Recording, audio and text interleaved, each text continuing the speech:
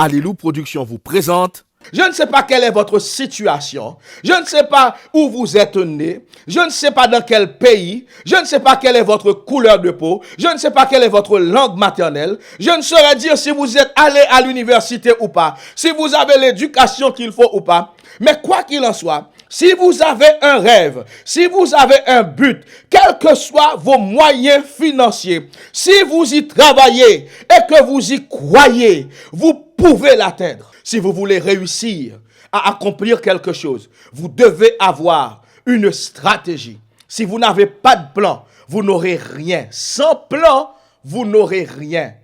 On ne réussit rien sans planification. Si vous aussi, vous souhaitez diffuser vos programmes chrétiens sur cette chaîne, un seul numéro, 06 59 54 04 78. Retrouvez à tout moment cette émission sur allelouradio.net. Bonsoir à toutes, bonsoir à tous, chers téléspectateurs. Nous sommes très contents de vous retrouver une fois de plus dans le cadre de cette émission et que maintenant que vous avez pris l'habitude de voir et de suivre. Merci pour tous vos encouragements quand vous nous écrivez, que vous nous envoyez des SMS ou que vous nous laissez des messages ou que vous nous appelez pour nous encourager. Nous sommes particulièrement contents et bénis et voir à quel point en fait aussi vous nous suivez avec une grande fidélité et un grand nombre. Nous bénissons le Seigneur pour ça et que Dieu puisse bénir cette chaîne H-Live qui diffuse ces émissions, que Dieu puisse bénir Nathalie et Jordanie Fortuné, les patrons de la chaîne H-Live avec laquelle nous avons développé ce bon partenariat et pour pouvoir vous bénir et apporter la nourriture spirituelle dont vous avez besoin. Que le Seigneur encore vous bénisse largement et infiniment. Et ce soir, je viens dans le cadre de cette émission et pour vous apporter une parole spéciale, une parole du Seigneur. Et cette parole, on la trouve en Luc chapitre 19, à compter du verset 1er jusqu'au verset 10. Et nous bénissons Dieu pour cette opportunité encore que nous avons de pouvoir et vous parler de sa part. Et ce soir, comme je le dis, nous parlons donc de Zachée. Zachée, c'était un publicain. Et il y a beaucoup à dire sur Zachée, et même si en réalité, il n'y a pas de grande littérature en ce qui concerne Zachée. Et Zachée est un homme très, très, très, très inspirant. Et de par le peu de choses que nous savons, nous pouvons savoir de lui dans le cadre de la Bible et de ce que même la tradition chrétienne nous rapporte. Zachée était donc un publicain. Un publicain à l'époque de Jésus, c'était un collecteur d'impôts, un percepteur. Il travaillait pour ce qu'on pourrait appeler, ce qu'on appelle aujourd'hui le trésor public. Il était là pour percevoir les impôts, mais c'était particulier. Déjà, vous pouvez savoir que, vous savez que de nos jours, les agents du trésor public ne sont pas les gens les plus aimés, malheureusement, alors qu'ils font un travail formidable. Ils permettent en réalité de faire fonctionner le pays et d'assumer une bonne gestion, d'administrer l'argent qui circule dans le pays. Mais Zachée était dans une situation un peu particulière parce que Zachée, en réalité, travaillait pour l'occupant romain à cette époque. Parce que la Palestine, à l'époque de Zachée, était occupée par les Romains et cette occupation étrangère, en réalité, nécessitait qu'il y ait des gens sur place pour permettre à cette administration de se faire, pour permettre à ce pays d'être dirigé. Zachée était ce que l'on pouvait appeler en France, par exemple, dans les années 40-44, par là, ce qu'on pouvait appeler, 39-40, je veux dire, ce qu'on pouvait appeler un collabo. Zachée était un collabo parce que, étant celui qui coopérait, qui collaborait avec l'ennemi, avec l'occupant de la nation. Zachée, donc, cristallisait sur lui beaucoup de mépris et beaucoup de haine. Et beaucoup de haine. Donc, ce n'était pas une situation facile. Pourquoi il collectait l'impôt pour les Romains? Alors, pour vous expliquer clairement encore un peu plus sur Zachée. Donc, en tant que publicain, Zachée n'avait pas bonne presse. Donc, j'essaie de faire la prédication et je sais que ça va être, on va prêcher sur ce texte en 3 fois au moins, d'accord? Mais j'essaie aussi de ne pas entrer dans des détails peut-être qui peut alourdir un peu, rendre la prédication trop empoulée, d'accord? Mais donc c'était un petit peu ce personnage de Zachée. Il cristallisait beaucoup de haine parce qu'il collaborait avec l'occupant en percevant l'argent, en percevant la taxe. Maintenant, ce qu'il faut vous dire, c'est que pourquoi il percevait les taxes? Il percevait des taxes agraires sur l'agraire, en fait, sur le sol. Et quand les Romains envahissaient un pays comme ça, eh ben, le pays était découpé en différents territoires et en domaines que possédaient en fait des sénateurs romains.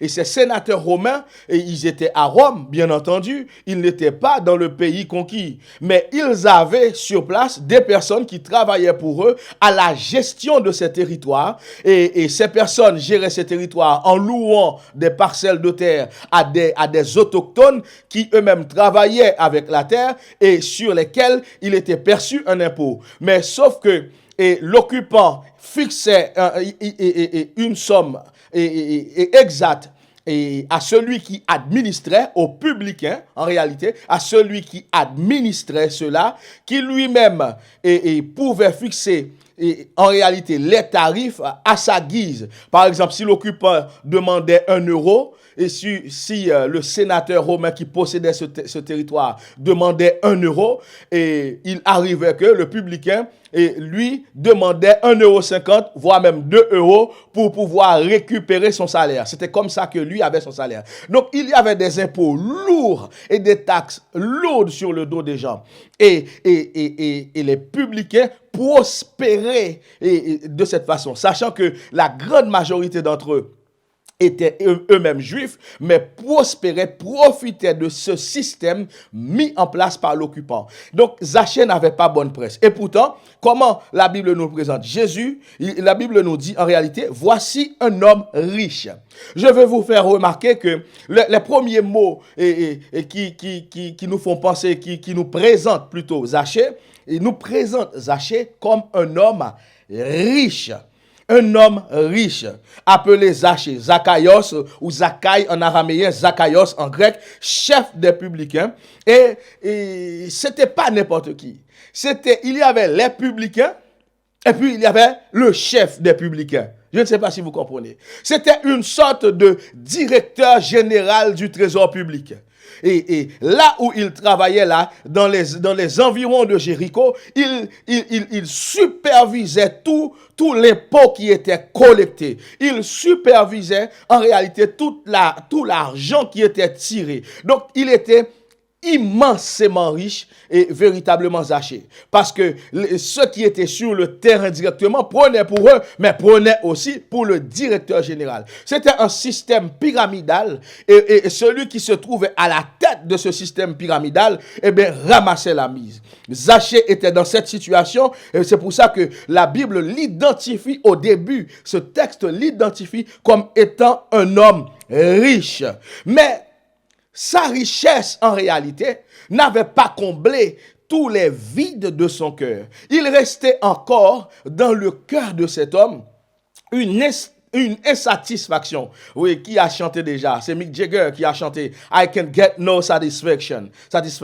C'est Mick Jagger. Donc, en dépit de l'argent, il n'était pas satisfait, en dépit de l'argent, en dépit de toute la richesse qu'il avait pu accumuler, de tout ce dont il pouvait jouir, des conforts de son époque, il restait un homme insatisfait. Et il avait cette quête qui le poussait quand même à essayer de voir Jésus, de rencontrer Jésus. Il avait probablement entendu parler de Jésus de mille façons. Nous savons que Jésus envoyait régulièrement des gens en mission. Nous avons l'exemple de la mission des 70 dans la Bible, qu'on trouve en Luc et en Matthieu à la fois. Est-ce que vous suivez ça? Donc, Zachée avait eu l'opportunité d'entendre parler de Jésus. Et tout ce qu'il avait pu entendre de Jésus avait fait naître en lui un désir. C'est comme s'il y avait quelque chose qui le poussait de Jésus. La Bible dit, la foi vient de ce qu'on entend.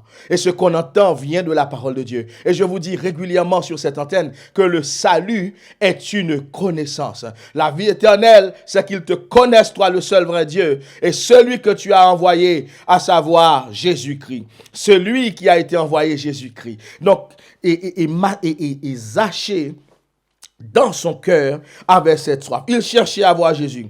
Mais il n'arrivait pas à pouvoir voir Jésus. Jésus arrivait, passait donc à Jéricho. Sur ce tronçon de Jéricho, beaucoup de choses se sont passées. On vous a parlé dernièrement de Bartimée. Mais sur cette route de Jéricho qui amène Jésus à Jérusalem, et Jésus va passer sur cette route, et il y a un certain Zachée, un homme immensément riche qui cherche à le voir. Et comprenez bien, comme il y avait toute la foule, et Zachée, le texte dit, était de petite taille.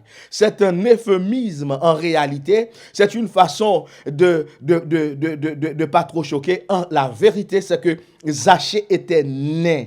Zachée était une personne naine. Un nain, une personne de très petite taille, handicapée par sa taille réellement. C'était pas qu'il était petit, mais dans la normale. Il était très petit dans la normal, avec l'apostrophe anormal. Est-ce que tu comprends? C'était une anomalie chez lui, c'était un handicap. Mais ce handicap qu'on nous présente que maintenant est frappant en réalité. Je veux vous interpeller là-dessus. C'est que le texte n'a pas commencé avec Zachée, un nain. Le texte n'a pas dit ça.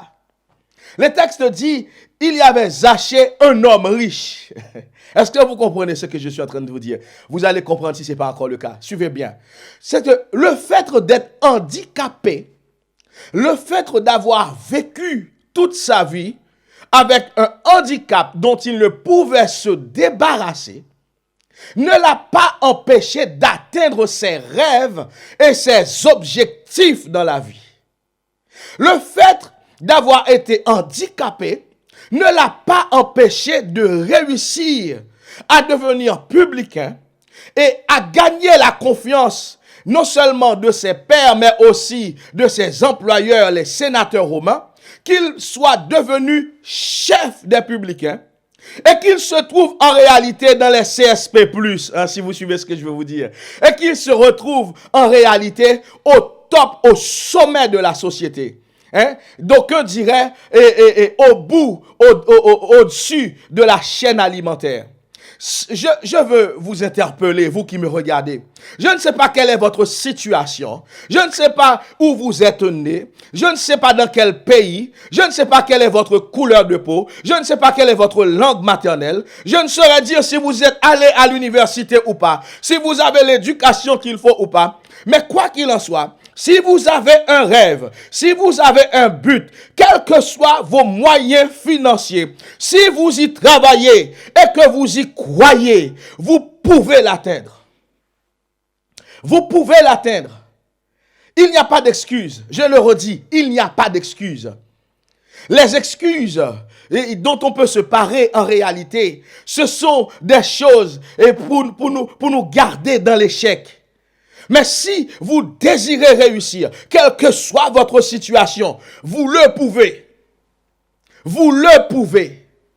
Il est conté dans l'histoire américaine, il est raconté l'histoire d'une jeune femme qu'on appelait Rosa Parks dans l'histoire américaine. Cette femme Rosa Parks, comment dire ça, à l'époque ségrégationniste aux États-Unis, elle n'avait pas le droit de s'asseoir au même endroit, sur un même banc qu'un blanc. Elle n'avait pas le droit de manger dans un même restaurant, d'aller dans une même école, etc.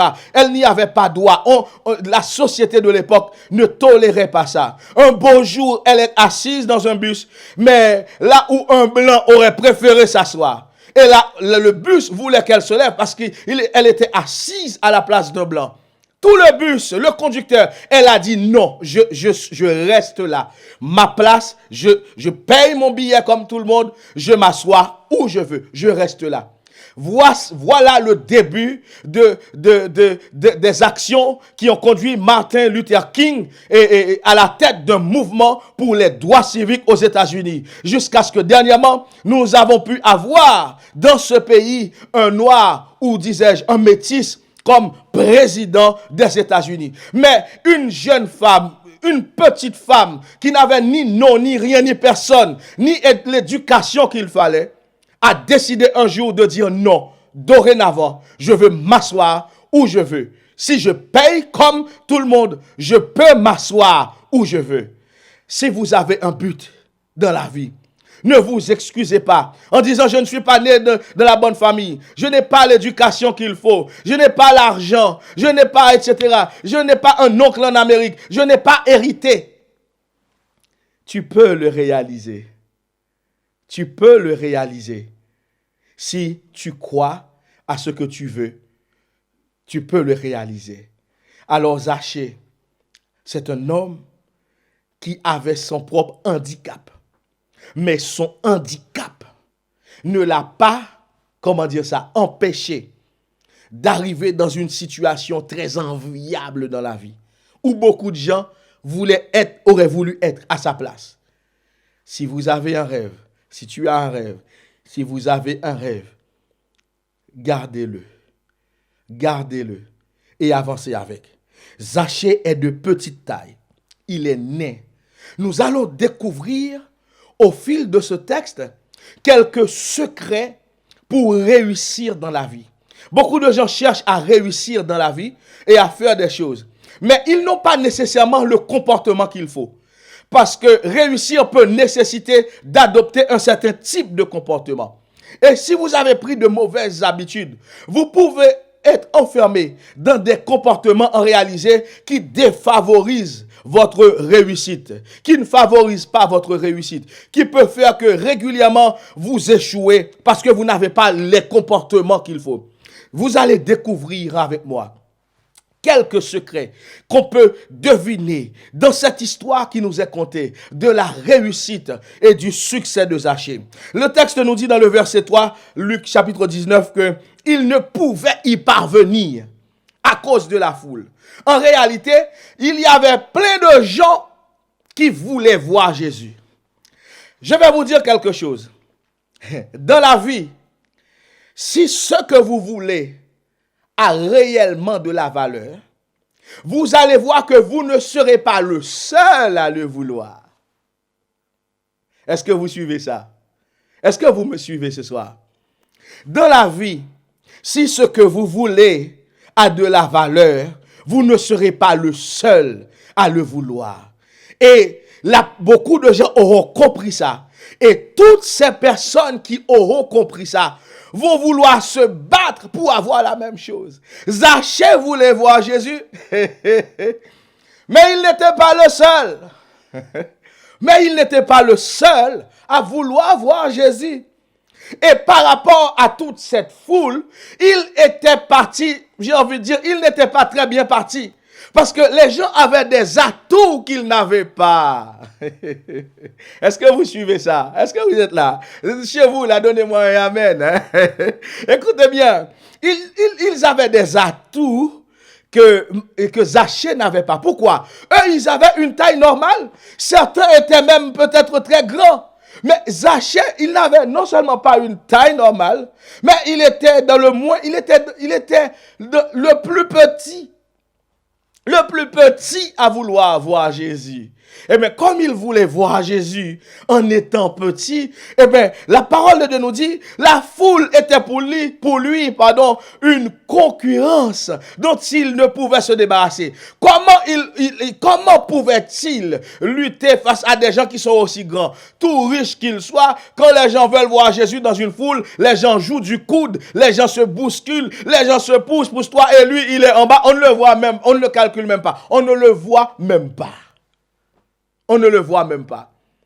Alors Zachée a décidé de mettre en place une stratégie. Si vous voulez réussir à accomplir quelque chose, vous devez avoir une stratégie. Si vous n'avez pas de plan, vous n'aurez rien. Sans plan, vous n'aurez rien. On ne réussit rien sans planification. On ne réussit rien sans stratégie. On ne réussit rien sans stratégie. Alors Zachée, faisant face à ce mur, faisant face à cette opposition, va mettre en place une stratégie. Il y a des gens qui abandonnent vite dans la vie. Ils disent, je voudrais bien, mais il y a toujours un obstacle par rapport aux objectifs. Il y aura toujours des complications par rapport aux objectifs. Mais ceux qui réussissent sont ceux qui ne baissent pas les bras au premier obstacle venu. Ceux qui réussissent sont ceux qui sont déterminés, qui prennent conscience, qui font un diagnostic. Il faut, dans un premier temps, faire un diagnostic de la situation.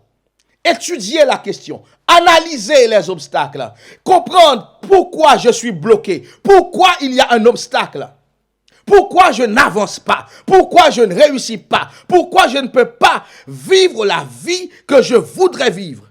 Analyser la situation. Et Zachée avait compris qu'avec cette foule, il n'avait aucune chance.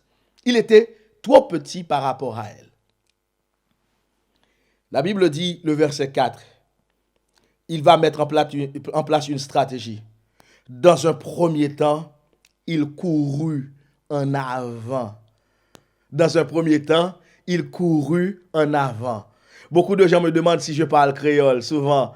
Et beaucoup d'entre vous m'écrivent et me disent, est-ce que je parle créole? Justement, les Haïtiens, ils ont quelque chose qu'ils disent régulièrement. Puis écoute, prends devant. Est-ce que vous comprenez? En fait, plus vous êtes petit, plus vous devez partir tôt. C'est un petit peu la fable de La Fontaine. Hein? La fable de La Fontaine. Entre le lièvre et la tortue. Eh bien, la tortue part en premier parce qu'elle est lente. Donc, vous voyez encore, on pourrait voir encore dans cette fable ce qu'on appelle l'importance d'une stratégie. L'importance d'y croire et d'avoir une stratégie. Vous pouvez être le pasteur le plus doué. Vous pouvez être l'évangéliste le plus doué. Vous pouvez être l'homme d'affaires le plus doué. Vous pouvez être ce que vous voulez. Si vous n'avez pas de stratégie, vous ne pouvez pas réussir. Le talent ne suffit pas. Il ne suffit pas d'avoir du talent. Encore faut-il avoir une stratégie. La Bible dit, Luc 19, verset 4, la Bible dit, il courut en avant. La première chose que je souhaite vous faire remarquer, il courut en avant. Qu'est-ce qui s'est passé là? Zachée s'est arrêté à analyser la foule, l'obstacle qu'elle représente, et à analyser la trajectoire de Jésus.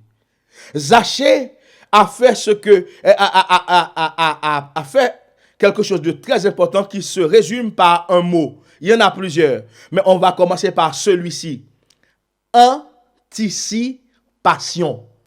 Zachée a décidé d'anticiper. Il a suivi la trajectoire de Jésus pour deviner et comprendre par où il allait passer. Il a dit, je ne peux pas atteindre Jésus là où il est maintenant, mais je peux le devancer en anticipant son parcours, en anticipant sa route, pour pouvoir l'attendre bien à l'aise, en étant bien à l'aise quelque part, où je ne pourrais pas le manquer, où je ne pourrais pas le louper. Et si Dieu fait grâce, lui non plus ne pourra pas ne pas me voir. Zachée a décidé d'anticiper. Vous pourrez répéter ce mot, anticiper. L'anticipation, anticiper, c'est essayer de voir ce qui va arriver à l'avance pour pouvoir prévenir, pour pouvoir prendre les décisions. Matthieu, je dis Matthieu parce que lui aussi était publicain, mais il n'était pas chef des publicains. Mais Zachée a décidé d'anticiper, de se prépositionner, de comprendre que Jésus va passer à tel endroit, je vais l'attendre à cet endroit en me positionnant à l'avance. je vais arriver avant tout le monde, je prendrai la meilleure position possible en attendant tranquillement Jésus. Il y a beaucoup de choses à dire là-dedans. C'est pour ça que je vais vous prêcher en 3 ou 4 fois sur ce texte.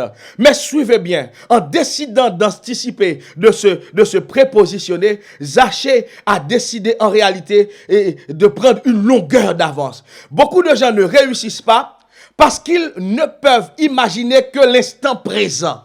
Ah, suivez-moi bien. Suivez bien. Regardez bien ceci. Beaucoup de gens ne réussissent pas à gérer leur argent, à gérer leur famille, à gérer leur salaire, à gérer leurs dépenses, à gérer leur vie. Pourquoi? Parce qu'ils ne peuvent pas vivre une minute au-delà du moment présent. Si vous voulez réussir, vous devez être en mesure, notez bien ce deuxième mot, de vous projeter. Projeter. C'est-à-dire d'envisager l'avenir, de réfléchir à l'avenir, de vous extraire du moment présent pour aller dans l'avenir. La projection vous permet en réalité d'aller plus loin que l'instant présent et de parer à l'avenir. Est-ce que vous suivez ça? Parce que vous aurez préparé donc l'avenir à temps. Quelquefois, quelqu'un n'arrive pas à se sortir avec un budget. Je vais vous dire ceci, peu importe l'argent que vous gagnez, beaucoup de gens pensent qu'ils ne réussissent pas parce qu'ils ne gagnent pas assez. Je peux vous garantir ceci. Ce n'est pas la somme que vous gagnez qui compte avant tout. Je n'ai pas dit que ça ne comptait pas. Je dis que ce n'est pas ce qui compte avant tout. Ce qui compte avant tout, c'est votre manière de gérer l'argent, par exemple, que vous pouvez avoir en main. Que ce soit 1 000 euros ou bien plus, si vous n'apprenez pas à gérer, à anticiper, eh bien, vous n'allez pas réussir avec votre argent. Est-ce que vous suivez ça? Et je dis l'argent, ça peut être aussi n'importe quel autre domaine dans la vie. Beaucoup de gens gèrent l'urgence au lieu de gérer l'importance. Je le reprends. Si vous pouvez notez ça. Beaucoup de gens s'occupent de l'urgence et ne s'occupent jamais de l'importance. Il y a deux choses. Il y a ce qui est urgent et il y a ce qui est important. Et quelquefois, ce n'est pas les mêmes. Ce ne sont pas les mêmes, pardon. Quelquefois, ce ne sont pas les mêmes. Quelque chose peut être urgent, mais être moins important qu'autre chose qui est moins urgent. Est-ce que vous suivez ça? Donc, ce à quoi il faut s'intéresser, c'est d'abord à ce qui est important. Il était important que Zachée rencontre Jésus. Il était important que Zachée voie Jésus. Mais l'urgence, mais ça pouvait attendre. Ah, je le redis. Mais ça pouvait attendre. Zachée aurait pu essayer de rencontrer Jésus dans l'urgence. Il n'aurait sans doute pas réussi. Au moins, là-t-il pensait qu'il avait peu de chances de réussir. Alors, il a adopté une autre stratégie. Je ne vais pas répondre à l'urgence. Je vais répondre à ce qui est important. Je ne sais pas si vous comprenez. Quelquefois, il faut savoir faire ce genre de choix. Plus loin, j'approfondirai là-dessus pour vous. Mais Zachée anticipe, se projette. Il y a un autre mot. Zachée s'est montré proactif. C'est un autre mot qu'il faut noter. Proactif. En étant proactif, il a, comment dire ça? Il est allé au-devant de Jésus. Au-devant de ce que Jésus souhaitait. Au-devant de la route par laquelle Jésus devait passer. Est-ce que vous suivez ça avec moi? Il faut savoir prendre un chemin que nul autre n'a emprunté avant. Beaucoup de gens aussi ne réussissent pas parce qu'ils ne peuvent faire que ce qu'ils voient les autres faire. Ils sont incapables de voir avant tout le monde. Ils sont incapables de réfléchir avant tout le monde. Et donc, ils se comportent comme il y a une expression française qui dit des moutons de panurge. Les moutons de Panurge, en fait, c'est pour parler de personnes, en réalité, qui ne peuvent que suivre, qui sont des followers, comme on dit maintenant, avec les réseaux sociaux, qui sont des suiveurs, qui sont incapables, en réalité, de prendre les devants. Puisque personne n'a jamais emprunté cette route, ils disent, eh bien, qu'ils ne vont pas l'emprunter. Si tu veux réussir dans la vie, il faut savoir faire quelque chose avant tout le monde. Peut-être que vous aurez plus de risques d'échouer. Mais échouer, ce n'est pas échouer. Échouer, c'est d'apprendre quelque chose. Échouer, c'est d'apprendre une leçon par l'expérience. Et on n'apprend pas mieux que par l'expérience. La meilleure façon d'apprendre quelque chose, c'est de l'expérimenter. Donc, Zachée a décidé de faire différemment par rapport à la plupart des gens. Un secret pour réussir, c'est de savoir se distinguer. Oh là là, est-ce que vous suivez avec moi? Il faut savoir se distinguer. Il faut savoir faire différemment. Il faut savoir trouver sa propre voie. Il n'est pas nécessaire que chacun soit la copie de quelqu'un d'autre. Nous n'avons pas à être copie de quelqu'un d'autre. Je suis moi, vous êtes vous, tu es toi et elle est elle. Vous n'avez pas à ressembler à un autre. L'autre peut être admirable dans qui il est, dans ce qu'il est. Mais vous aussi, vous avez une spécificité, quelque chose qui peut s'extraire, sortir de vous et qui est admirable, qui feront que les gens diront, mais cette femme, mais quand même, parce que vous êtes pionnière dans ce que vous faites. Essayez de devancer les gens. La Bible dit que Zachée courut en avant. Il a pris un risque, le risque de se tromper dans ses calculs, de se tromper dans ses analyses. Il a pensé que Jésus pouvait passer. Il a décidé d'anticiper, d'être proactif.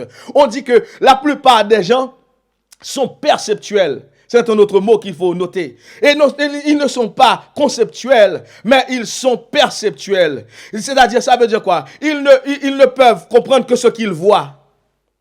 Alors, une des qualités capitales pour accomplir, pour réussir quelque chose, c'est de pouvoir être conceptuel. Ça veut dire quoi? C'est de pouvoir conceptualiser quelque chose, c'est-à-dire réfléchir à quelque chose, cogiter à quelque chose qui n'existe pas encore ou qui n'existe pas tout à fait comme vous l'imaginez et pouvoir le conceptualiser pour arriver à quelque chose de nouveau. La Bible nous présente Dieu comme celui qui crée. Vous imaginez ça? Vous entendez ça? Dieu, c'est le créateur. Dès la première page de la Bible, il est écrit « Au commencement, Dieu créa. Bereshit Elohim bara. » Au commencement, Dieu créa. Dieu, c'est le créateur. En tant qu'image de Dieu, une des choses que tout être humain a en lui, c'est la capacité de créer. Sauf que la création de Dieu, c'est à partir du néant, le bara, à partir de rien. Mais nous aussi, comme nous sommes image de Dieu, nous avons en nous la capacité d'inventer, la capacité de créer. Quand nous prenons une matière, quand nous prenons quelque chose, nous pouvons en faire autre chose. Par exemple, un homme peut aller couper un arbre et transformer cet arbre en banc, en siège, en sculpture, en œuvre d'art ou je ne sais pas quoi. Modeler le bois, le modeler pour faire que ce bois que vous connaissiez comme étant un arbre, etc., est devenu autre chose. Et on oublie que c'était un arbre au début. C'est quoi? C'est la capacité de création qu'il y a en l'être humain. Et savoir conceptualiser. C'est de pouvoir intérioriser quelque chose, le mitonner, y réfléchir, le travailler, le perfectionner. Et puis, avant de l'accoucher dans la réalité.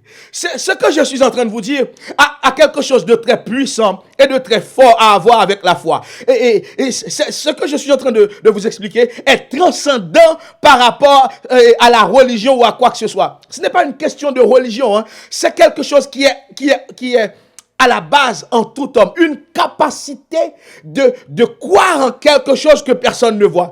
C'est finalement ça, la foi. C'est un peu ça, la foi. Parce que l'objet de la foi compte aussi. Il ne suffit pas de croire, mais en qui tu crois. Et qu'est-ce que tu crois? D'accord? Ça compte aussi. Mais cette capacité d'avoir foi en quelque chose qu'on a intériorisé avant de l'amener à la réalité, c'est le secret de la foi. Parce que la Bible dit, en ce qui concerne la foi est une ferme assurance des choses qu'on espère.